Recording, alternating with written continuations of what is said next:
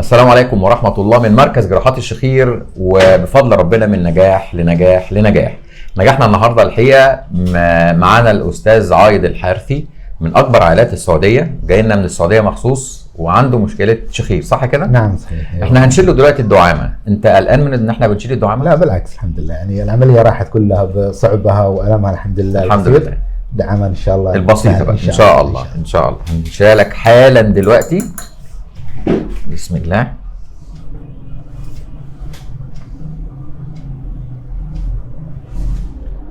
الناحية الأولانية اتشالت، الناحية الأخرى اتشالت. آسف.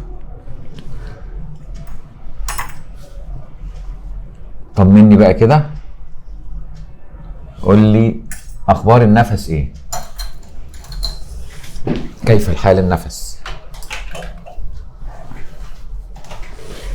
ما شاء الله تبارك الله. ها؟ ما شاء الله. نفس يعني الأمانة يدخل الهواء كامل.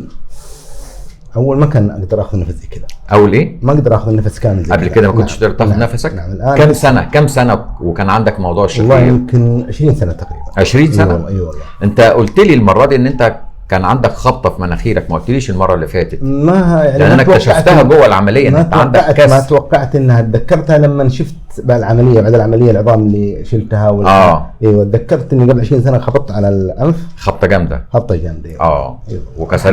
كسرت الحاجز الانفي عنده. والحقيقه كان المناخيره مقفوله تماما، الى جانب طبعا موضوع الحلق واللوز وكل القصه دي. صحيح. قول لي كانت شكوتك ايه بقى يا استاذ عايد؟ طبعا الشكوى الرئيسيه انه يعني بعد ما اصحى من النوم يكون ما في نشاط كامل في الجسم. كويس.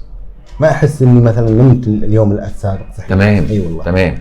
فالشكوى الثانيه اني الانف، احد الجهتين من الانف يكون مقفل دائما. تمام. دائما مقفل. في المشي، في الجهد احس في جهد في التنفسي والله. الان الحمد لله بعد العمليه. قول لي كده، في خلال ال10 ايام الاولين مع وجود الدعامه في مناخيرك كان في تحسن؟ ايوه نعم. اني ادخل في النوم بسرعه، حسيت اني انام بسرعه ما اتعب. مع ان الدعامه في مناخيرك. مع ان الدعامه في مناخيري. نعم. لان احنا طبعا سقف الحلق اتعمل وموضوع اللوز اتعمل، فالدنيا او زي ما بيقولوا مجرى التنفس عنده ابتدى ياخد الاكسجين وابتدى يدخل الهواء جوه صدره ويوصل لكل حته. الحمد لله. انا اشكرك. كنت منتظر ال10 ايام دول يحصل فيهم تحسن كده؟ والله اي والله منتظر. اي والله والحمد لله. يعني انت في ال10 ايام دول حاسس ان في تحسن؟ طبعا تحسن، يعني في تحسن جزئي. لاحظته ملحوظ طبعا. اي تحسن جزئي في ال10 ايام هذه ملحوظ للمريض اللي كان يعاني اول. اكتر حاجه لاحظتها في ال10 ايام دول ايه؟ او خلينا في اخر 3-4 ايام. انا اقول لك انه تحسن في النوم. اول ما اصحى التعب والارهاق اللي كنت احسه الحمد لله خف. طب امال بعد ما شلنا الدعامه ومناخيرك بالمنظر ده تصحى الصبح ايه بقى؟ افضل ان شاء الله. وانا اشكر الدكتور هشام ابراهيم على الشيء اللي قدمه للناس، الامانه. وهذه امانه اقولها قدام الملأ، الامانه ولا جامل فيها والله العظيم. ربنا يكرمك. الله يعطيك العافيه. حاسس ان انت احسن، تركيزك احسن؟ نعم ان شاء الله. وان شاء الله. والنفس الحمد لله مصدق ان النفس كده حلو؟ اي والله الحمد لله على كل حال. الله يعطيك العافيه. الحمد لله على سلامتك. الله يسلمك. مسافر امتى ان شاء الله؟ يوم الخميس ان شاء الله. يعني يومين 3 مش كده؟ ان شاء الله باذن الله.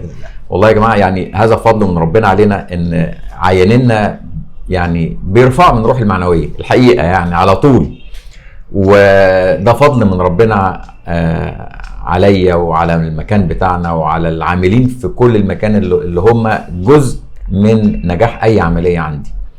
فده فضل من ربنا علينا ان العيانين بتوعنا بيجوا يعني من كل حته في الدنيا، بيبقوا تعبانين ومتألمين وبيخرجوا من عندنا بفضل ربنا يعني اشخاص اخرين، وبينظروا للحياه والحياه بتبقى بالنسبه لهم شيء اجمل واجمل ان شاء الله.